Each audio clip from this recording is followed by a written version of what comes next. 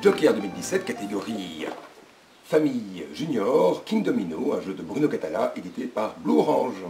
Le but du jeu est de créer autour de sa tuile de départ un royaume qui va être le plus rentable possible. Nous avons retourné les trois premières tuiles. On va déterminer pour le premier tour au hasard quel sera l'ordre de jeu. Donc d'abord le vert, puis le rose et puis le jaune. Et donc c'est le vert qui va choisir le premier la tuile qu'il va acquérir.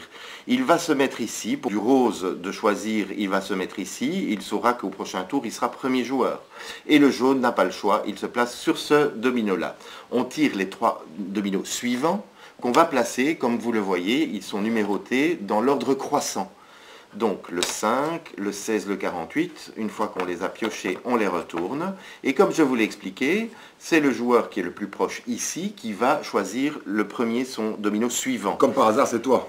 Comme par hasard, c'est moi, et je vois qu'il y a 3 couronnes là. Au tour suivant, je pourrais acquérir le domino avec 3 couronnes. Une fois que j'ai quitté le domino où j'étais placé, je vais le placer directement au côté de ma tuile de départ. Je viendrai coller du bois contre du bois, du blé contre du blé, etc., de manière à faire le plus grand paysage possible du même type, en faisant attention qu'il y ait des couronnes, parce que ce sont les couronnes qui rapportent des points. Un terrain comme ici de 3 carrés de bois ne rapportera rien. Par contre, dès qu'une couronne viendra se placer dans ce territoire, je compterai le nombre de carrés qui composent ce territoire multiplié par le nombre de couronnes qui s'y trouvent. Il faut qu'il y ait au moins un des 2 carrés du domino qui touche le même type de territoire. Donc ceci, je ne peux pas faire. Ceci, je peux faire. Ok. Et on peut aller dans n'importe quelle direction, on peut aller chez le voisin?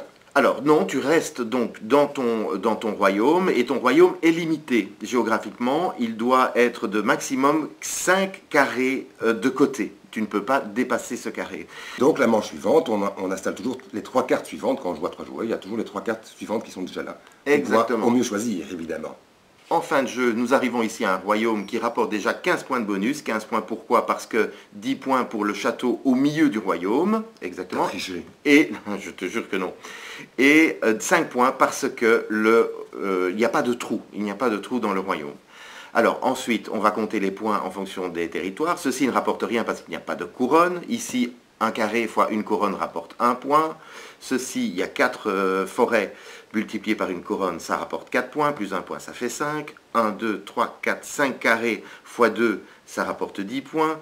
Et ainsi de suite, on compte les différents territoires pour arriver à un résultat final. Je crois que tu as gagné. Qui va me faire gagner. Oui, elle n'est pas bien. Non, c'est mieux. Oui, c'est mieux. ok. Chers concitoyens,